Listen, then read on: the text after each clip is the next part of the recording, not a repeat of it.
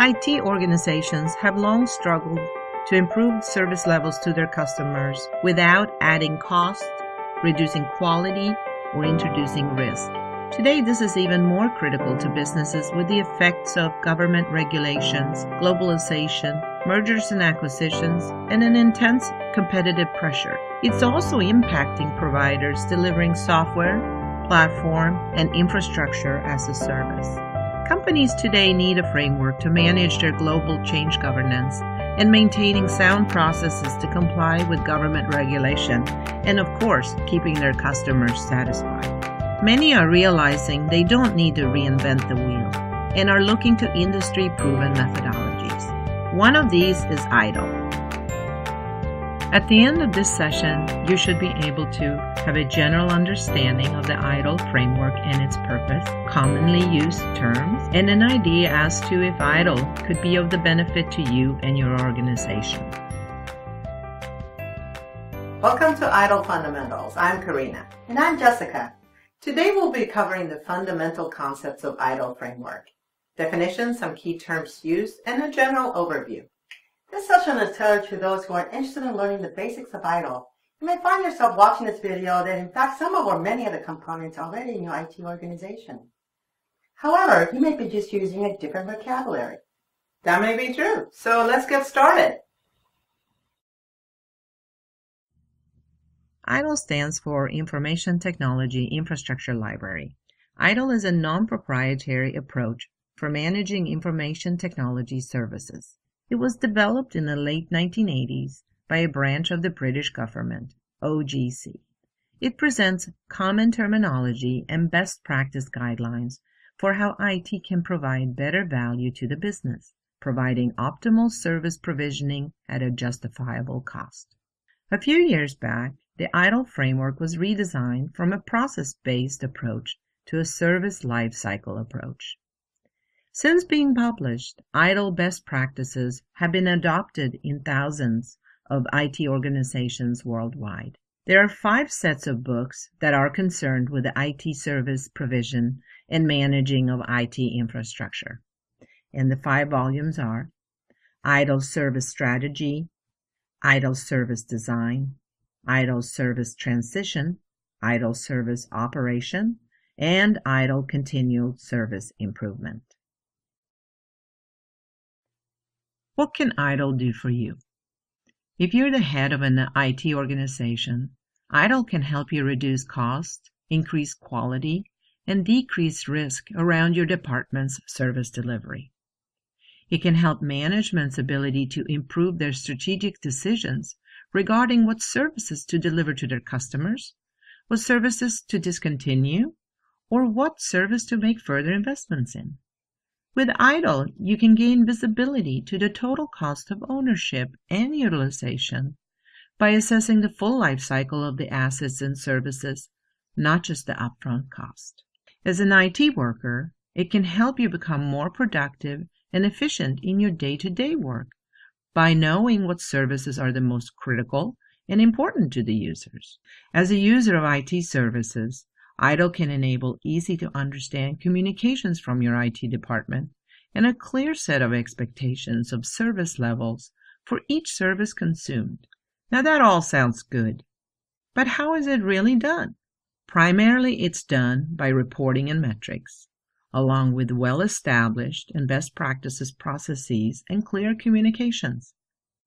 But it also requires all level of management support and, of course, the discipline of the organization to follow the framework. In other words, the Information Technology Infrastructure Library describes the lifecycle, processes, procedures, tasks, functions, and checklists that are not organization-specific. The good and best practices material gathered and documented are based on years of experiences by IT practitioners designed for an information technology service delivery model. It is used by organizations to establish integration with the company's vision and strategy, focused on delivering services that are of value and importance, while maintaining costs and risks. It allows the IT organization to establish a baseline from which it can plan, implement, and measure its services to its customers and ensure continual improvements. It also reduces cost by leveraging efficiencies to improve productivity of IT staff and resources. In addition, I think of ITIL as a philosophy about IT service delivery. What do I mean by that? Well, first it means I believe that IT is a service provider. And to keep customers productive and satisfied with the services, I choose to build a proven service model that includes many of the ITIL recommendations. ITIL for me is a way of conducting business. The one entry point for customers to communicate with IT, request service, report incidents, or ask how-tos is referred to as the single point of contact, SPOC. Usually it's called a service desk or help desk. Service management is a set of specialized organizational capabilities for providing value to customers in the form of a service. For example, there are distinct functions, the service desk. There are processes. One is called change control. And the knowledge, experience, and skills refers to the capabilities of the IT organization's staff. For example, a network engineer or database administrator. A repository.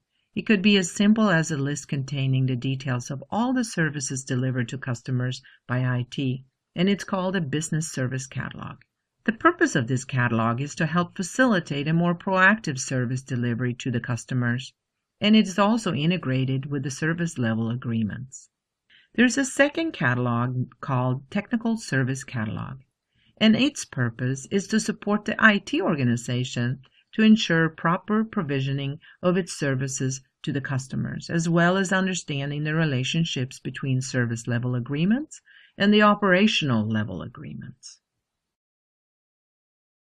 When a formal proposal for a change is submitted, it's referred to as a request for change, using the abbreviation RFC. An RFC can be submitted by the customer or IT, the servicing business unit. Participants from the business, IT, and in some cases third-party suppliers are selected to support the change control process by providing advice, input, and recommendation in the assessment, prioritization, and scheduling of changes to the change manager or change administrator. This group is called the Change Advisory Board, CAB.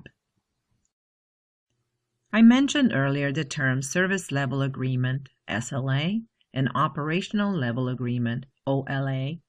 So what is the difference between the two? The SLA is an agreement between an IT service provider to a customer, the consumer of the service. For example, IT agrees to make email services available at all times, with the exceptions that once a month on a Friday night, the service is offline for maintenance for 4 hours. The OLA is an agreement between an IT service provider and another part of the organization or a third-party supplier. For example, an agreement can exist between IT and procurement or purchasing